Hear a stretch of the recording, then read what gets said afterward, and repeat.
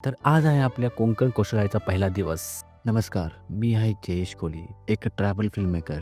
सकाळी लवकरच गावातून निघालो. पहिला स्टॉप होता पनवेल, कारण इथे आपला रायडिंग पार्टनर भेटणार होता. त्याला भेटलो आणि लगेच आम्ही पुढचा प्रवास चालू केला. पहिला स्टॉप होता रेवदंडा ब्रिज, कारण अलिबागला थांबायचं नाही हे पहिलेच आम्ही ठरवलं होतं. तर सरळ निघालो रेवदंडा ब्रिजकडे. तिकडे थांबलो, तिकडचे नजारे एन्जॉय केले. तिथेच आम्हाला एक अशी बोट दिसली, ती पडीक होती. तिला बघून थोडं वाईट वाटलं, पण आम्ही आमची पुढचा जर्नी कंटिन्यू ठेवली. पुढे आमचा नेक्स्ट स्टॉप होता कोर्लई फोर्ट. कोर्लई फोर्टला जाताना जो रस्ता आहे एकदम सिनिक, तो रस्ता बघून एकदम मन प्रसन्न होऊन आलं. पायथ्याशी पोहोचल्यावर विचार केला की नंतर आम्हाला लगेच मुरुड जंजिऱ्याला पोहोचायचं होतं आणि संध्याकाळची फेरी चुकवायची नव्हती. तर आम्ही विचार केला का कोर्लई फोर्टला पुढे वरती न जाता आम्ही ड्रोनच्या माध्यमातून तो कोर्लई फोर्ट एन्जॉय केला आणि लगेच आम्ही मुरुड जंजिऱ्याच्या मार्गाला लागलो. रस्त्यात आम्हाला एक अहमदगंज पॅलेस दिसला, पण ही प्रायव्हेट प्रॉपर्टी असल्यामुळे आम्हाला आत जाता आलं नाही, पण आम्ही ते पण ड्रोनच्या माध्यमातून बघितलं. मुरुड गावात पोहोचताना ज्याची भीती होती तेच झालं. शेवटची फेरी आमची चुकली होती. तर फेरी चुकल्यामुळे आम्ही बीचवर जाऊन थोडा बसलो आणि ड्रोनच्या माध्यमातून मुरुड जंजिऱ्याचे दर्शन घेतलं. तर सूर्यास्ताचा आनंद घेतल्यानंतर आम्ही लगेच निघालो श्रीवर्धनला. तर श्रीवर्धन जाताना अगरदांडावरून दिघीसाठी आम्ही फेरी पकडेपर्यंत एकदम अंधार झाला होता.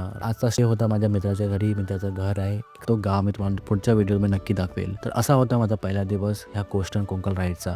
कोकण अजून बरंचसं बाकी आहे. तर पुढचे व्हिडिओ बघण्यासाठी माझ्या पेजला फॉलो नक्की करा आणि आपण भेटूया पुढच्या व्हिडिओमध्ये. धन्यवाद.